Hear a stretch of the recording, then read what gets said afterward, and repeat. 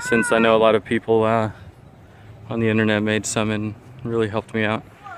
I'm about to be a first-time camper, and I decided to go in on the Wenzel Klondike 8-person tent. And I just wanted to give a few tips how I set it up, because like I said, I'm a first-time camper.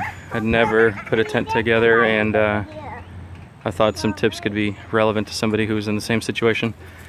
Please ignore my overgrown lawn here. It's really bad. It's been raining non-stop, probably for over a week and a half. And today was the first day. Absolutely no clouds in the sky. It's gorgeous. So I thought this was a perfect opportunity to give this tent a test run before we headed out into the wilderness. It's a huge tent, and it looks really sloppy. And I assure you that the stakes on the ground are as tight as possible from each other. So any slack that you see, all the waviness and unstructuredness, kind of doesn't strike me, the best. This is, pretty tight, and it still sags a bit there. You can see it looks like it's about to fall over, but I've left it out here for a good 30 minutes. It's kind of a windy day, and it's still standing. Now I don't have the, well, there's a big gust right there. You can see just how much it buckles. But it has not come loose, and something tells me it will not come loose. It seems to be a pretty well-structured, dang, this is a good example. It seems to be a pretty well-structured little tent here. I will say that I forgot, first timer mistake here. I forgot to tie those two poles at the top. See if I can zoom in. There's a little strap laying right there that I was supposed to use to tighten those before I put everything together. And I failed to do so, so they're just hanging up there. I bet it'd be a little bit stronger had I done that. But you just saw that huge gust of wind, and tent's still standing. Kids have been in and out of it playing. Overall, I'm satisfied with my purchase. It is mid-March. We're planning a camping trip to Texas, Colorado Bend State Park, and so the weather is unpredictable, and we wanted a tent that could fit, our entire family, and had some sort of ease to putting it up. I will say that I attempted to do it myself, tried for about 20 minutes, and then decided I needed to bring in some reinforcements, called my wife to come out here, and me and her were able to put it together in, I would say, 10 minutes flat. It was really easy, and I don't know how people claim to be able to do it on the internet in 20-30 minutes by themselves. I was not able to do that. That's not to say that they're lying. They're probably just way more experienced than I am. I'll show you inside here in a second, but we've already been inside, and it gets an absolute gorgeous breeze. I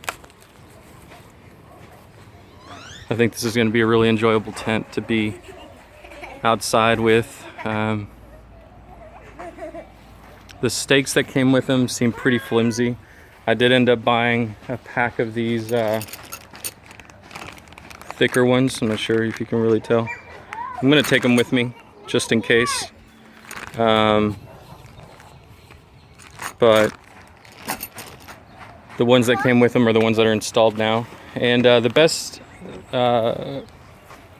advice I can give somebody who's never put a tent together before is, after you unroll it and you get it facing the direction that you want it, go by every corner. So I asked my wife to start here to stake that one in, while I was over here. We were both tugging at the same time, so across from each other, pulled it towards each other as far as it went, staked it in, moved to the next one right here, staked it in, next one, staked it in, went all the way back. That's why it's a little lopsided. It's not perpendicular to my deck here, because we didn't have it quite right. But once you have every single one of these little black straps staked in, then you insert the thin rods, the 2 long thin rods after you assemble them, in through the little red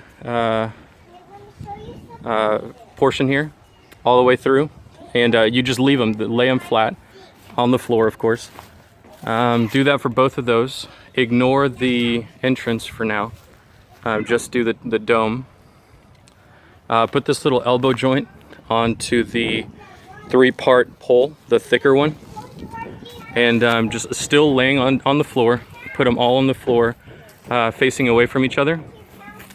So I'm going to try to demonstrate what we did. I got on this side, she got on the complete opposite side. All of this was on the floor. I picked up both the poles, lifted them up this way, because they were laying, like I said, away from each other after you inserted the elbow joints. Lay them away from each other. That way it makes it easy to grab both of them, you know. Lift them both away from each other and stake them in briefly. There are these little, I don't know what to call them. I call them O-rings. This is where these tent poles go in. There's some for every single pole, structure pole you'll need. So for these thick ones, you have there, and then for these smaller ones, you have one there. So it makes it really easy to know what the angle needs to be. Just make sure this is really tight towards each other, because again, you know, we try to get rid of as much slack as possible, but even with me pulling, that slack still isn't gone. So I don't want to call it a manufacturing error, but maybe it's intended to be that way, designed to be that way, so it withstands a little bit more of the wind. Like I said, with my wife, it took about 10-15 minutes tops. And okay, so here's another thing. On the internet, everybody makes it seem like this is a really tall tent. I am 6 foot, and here I am. I don't know if you can tell. This is even with me. So this tallest portion here, I don't know, hopefully I'm in frame, gets me right about chest level. So you have to scoot down a lot. Not only do you have to make sure that you get down lower than that, but then the zipper makes you get down even lower. So you really have to squat. Anybody that says you can stand in this room must be super small. Like super small, maybe 4'5" or something, 4'6", no joke. Same goes with this entrance here, although this is a tiny bit larger than that one. Here's the inside of the tent. No pockets for these windows, so they're just essentially laying there. I'm sure I can roll them up, but I already did so earlier, and they just unravel like this one here. Beautiful breeze in here though when the wind is actually blowing. Now in the second one, here is the phone again on the top of my head, and you can see that I'm still not hitting the top. The top is still right there. So a 6'3", 6'4" person could easily stand up in this tent. What is there to say? It's big. I would say I'm personally going to use one twin mattress, blow-up mattress here for my wife. Likely a baby's crib, travel crib, right there. And then 2 sleeping bags, full-size, large sleeping bags, for one for my kids to share and one for me to sleep in, right there. So it is a fairly large tent. It will not fit 8 people in here. They're under the assumption that you're planning on using this entryway here, this porch area, as a secondary room. That's the only way that you'll achieve the 8-person limit. That little open portion there, I'm not sure what to call it. I'll show you from the back. Comes with a little bungee cord, so you can open it. And those straps are attached, so you just have to pull it, and it's a vent. That's what it is.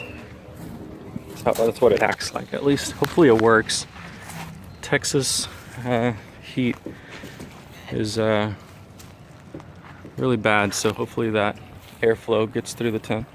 Anyway, that's my review. Of course, you know, you've read all about the slack and the fabric. I don't care about that. Like I said, I'm a first-time camper. I just want my family to fit, and I don't want to completely suffocate in an oven. I mean, all of that is present in mine as well. If you've seen any of the other YouTube reviews, you'll see that people complain about that. That's not a big deal. I'm not a mountain tent camper, so I don't want things to be super tight. I was just mainly disappointed at the amount of slack right here, mainly. Made me think that I was doing something wrong. But anyway, this has already gone over 10 minutes, so I'm gonna let you go. Thanks, guys. Bye-bye.